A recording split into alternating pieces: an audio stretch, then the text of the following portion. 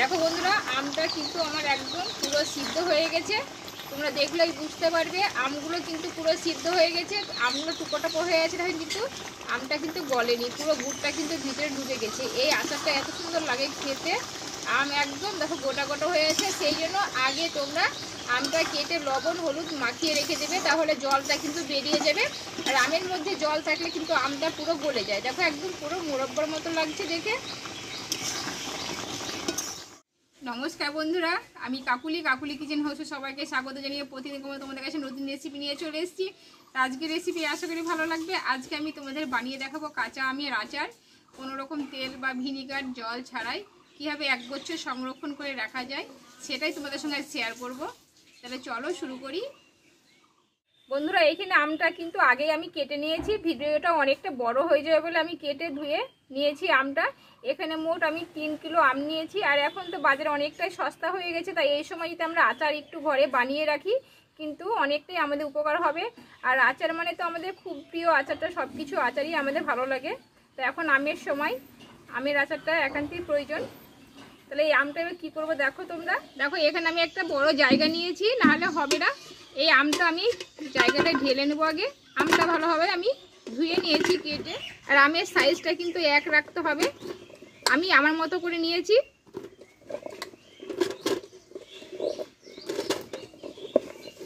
তোমরা এই পিসটা লম্বা লম্বা করে নিতে পারো।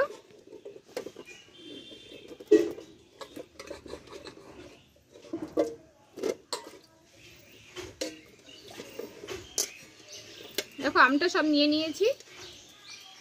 এবার আচারটা বানাতে আমার যতটা লবণ লাগবে লবণটা আমি একসঙ্গে নিয়ে নেব।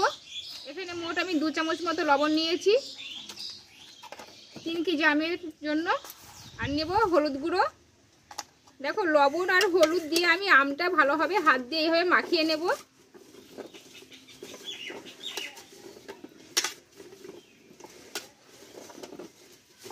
এর জন্য বড় জায়গাটা আমি সেই জন্য বললাম, বড় জায়গা না হলে কিন্তু এটা হবে না।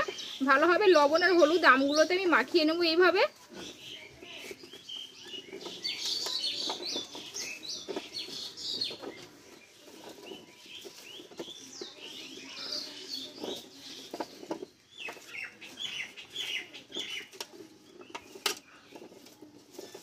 দেখো ভালোভাবে মাখিয়ে নিয়েছি। এটা আমি 10 মিনিট মতো একটু রেস্টে রেখে দেবো সাইডে। বন্ধুরা, এখানে আমার 3 কিলো মতো আম আছে। আর এই 3 কিলো আমের আচার বানাতে কিন্তু এখানে আমি নিয়েছি 1 কিলো মতো গুড়। এই গুড়টা আমি আগে একটু জাল করে নেব। দেখো বন্ধুরা, কড়াই একটা বসিয়ে নিয়েছি। এবারে গুড়টাকে আমি ঢেলে দেব।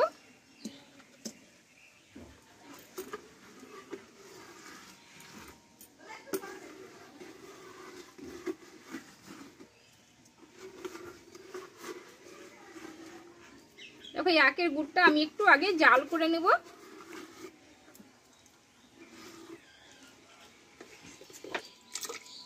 দেখো আমি একটু জল দিয়ে দেবো এটা ধুয়ে।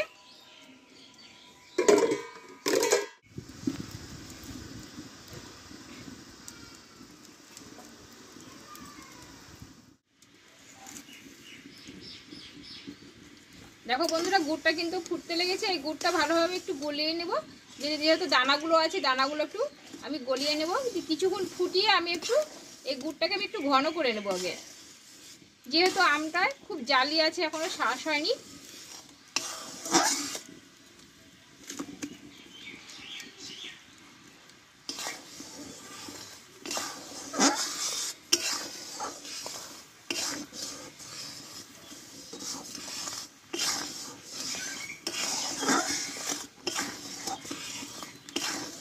মিনিমাম 4 মিনিট মতো আমি গুড়টাকে একটু জাল করে নেব, তাহলে পারফেক্ট কিন্তু গুড়টা আবার তৈরি হয়ে যাবে। এখনো কিন্তু দেখো ভিতরে দানা আছে, দানাগুলো কিন্তু পুরো গলিয়ে নেব।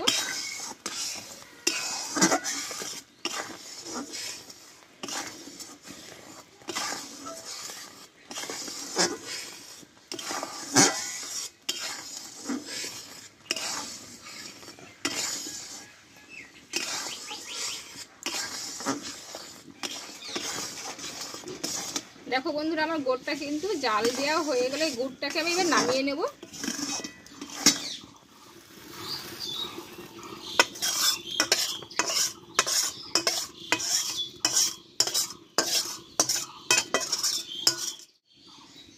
দেখো বন্ধুরা, এই আচারটা তৈরি করতে একটা মেন মশলা লাগবে, তার জন্য এখানে কয়েকটা আমি শুকনো লঙ্কা নিয়েছি, আর নিয়ে 3টি তেজপাতা, আর কিছুটা নিয়েছি মৌরি, আর এখানে 1 চামচ মতো গোটা জিরে দিয়ে ভালোভাবে একটু ভেজে নেবো মশলাটা।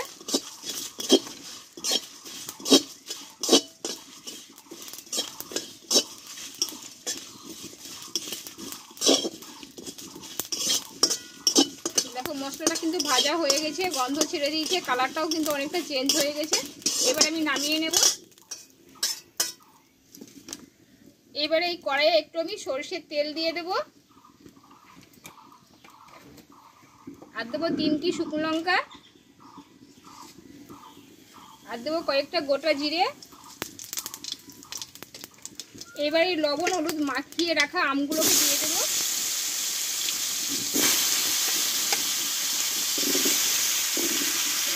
দেখো আমটা থেকে কিন্তু অনেকটাই জলটা বেরিয়ে গেছে।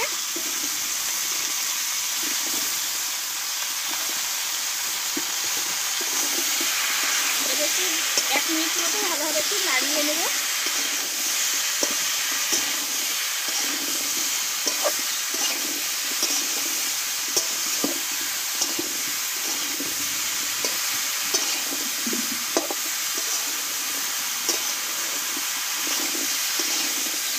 দেখো আমটা একটু আমি একটু তেলে ভেজে নিলাম, আর যে জলটা বেরিয়েছিল কিন্তু জলটা দেবো না এতে। এবারে কিন্তু গুড়টা আমি জাল করে রেখেছিলাম, এখানে ছাঁকনি নিয়েছি, ছাঁকনিতে আমি গুড়টাকে একটু ছেঁকে নেব।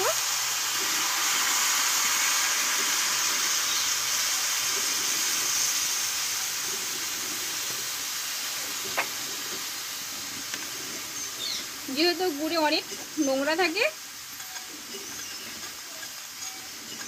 দেখো বন্ধুরা কতটা নোংরা ধরা পড়লো গুড়টাতে। দেখো আখের খাকি আছে প্লাস কালো কালো, দেখো কতটা নোংরা। সেই জন্য সবসময় তোমরা চেষ্টা করবে গুড়টা আগে জাল করে একটু ছেঁকে নিয়ে।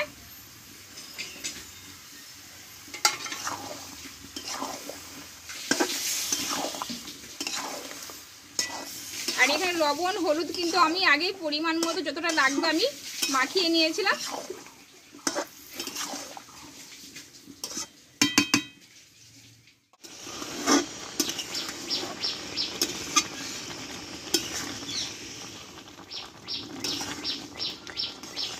দেখো বন্ধুরা গুড়টা কিন্তু আগে আমি জাল করে নিয়েছিলাম, তবু গুড়টা দেওয়ার পরে দেখো কতটা আম থেকে কিন্তু জলটা বেরিয়ে গেছে। আর লবণ হলুদ মাখিয়ে কিন্তু অনেকটাই জল বেরিয়েছে আমের, সেটা কিন্তু বার করে ফেলে দিয়েছি আমি, তবু দেখো কতটা জল বেরিয়েছে। আচ্ছা এবার এটাকে ফুটতে থাকুক। এদিকে আমটা সিদ্ধ হোক, আর ততক্ষণ যে মশলাটা আমি ভেজে নিয়েছিলাম এটা শিলনোড়ায় আমি একটু গুঁড়ো করে নেবো ভালোভাবে। দেখো বন্ধুরা আমটা কিন্তু আমার একদম পুরো সিদ্ধ হয়ে গেছে, তোমরা দেখলেই বুঝতে পারবে আমগুলো কিন্তু পুরো সিদ্ধ হয়ে গেছে। আমগুলো টুকরো টুকরো হয়ে গেছে, দেখো কিন্তু আমটা কিন্তু গলেনি, পুরো গুড়টা কিন্তু ভিতরে ঢুকে গেছে। এই আচারটা এত সুন্দর লাগে খেতে, আম একদম দেখো গোটা গোটা হয়ে আছে। সেই জন্য আগে তোমরা আমটা কেটে লবণ হলুদ মাখিয়ে রেখে দেবে, তাহলে জলটা কিন্তু বেরিয়ে যাবে। আর আমের মধ্যে জল থাকলে কিন্তু আমটা পুরো গলে যায়। দেখো একদম পুরো মুরব্বার মতো লাগছে দেখে।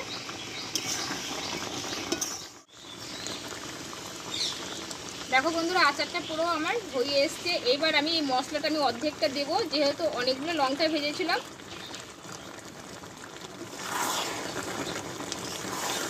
একটু আগে মশলাটা দেওয়ার চেষ্টা করবে, তাহলে কি মশলাটা কিন্তু আমের ভিতরে ঢুকে যাবে, তাহলে কিন্তু টেস্ট হবে খেতে। মানে টক ঝাল মিষ্টি পুরো একদম সমান ভাগে ভাগ হয়ে যাবে। আর নামিয়ে দিয়ে এলে কি হয় অতটা ভিতরে ঢোকে না। দেখো পুরো আঠা আঠা কিন্তু ভাব চলে এসছে। দেখো আর আমগুলো কত সুন্দর দেখো গোটা আছে।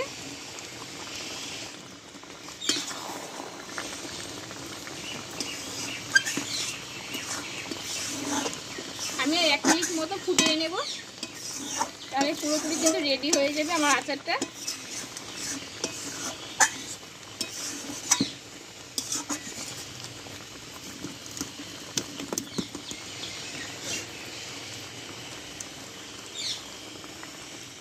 বন্ধুরা তাহলে আমার আচারটা হয়ে গেলে এবার নামিয়ে নেব আমি।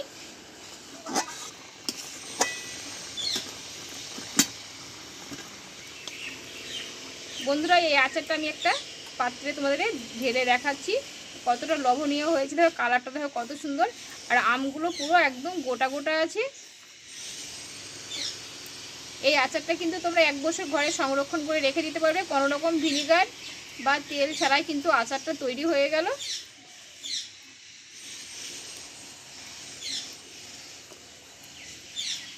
আর গুঁড়ো করা মশলা আমি উপর দিয়ে একটু ছড়িয়ে দিলাম। আর তোমরা একটু মেথি ভেজে গুঁড়ো করে দিতে পারো, বেশি দিলে কিন্তু তিতো ভাব চলে আসবে। বন্ধুরা তাহলে আমার আচারটা হয়ে গেল আজকের মতো এখানে। আর তোমরা একবার বাড়িতে বানিয়ে নিতে পারো, আশা করি ভালো লাগবে। এই আচারটা তোমরা 1 বছর ঘরে সংরক্ষণ করে রেখে দিতে পারো, একটা কাঁচের বয়ানে করে, কিচ্ছু হবে না যেহেতু আমি ব্যবহার করি। আর আমার আচারের রেসিপিটা তোমাদের কেমন লেগেছে কমেন্ট করে জানাবে, ভালো লাগলে লাইক করে দিও আর বন্ধুদের শেয়ার করে দিও। আর যে সকল বন্ধুরা এখন নতুন চ্যানেলটা সাবস্ক্রাইব করে পাশে থেকো, আর এইভাবে নিত্য নতুন রেসিপিগুলো দেখতে থাকবো। আবার পরে তোমাদের কাছে অন্য কোনো নতুন রেসিপির সঙ্গে দেখা হচ্ছে। ভালো থেকো, সুস্থ থেকো, টাটা।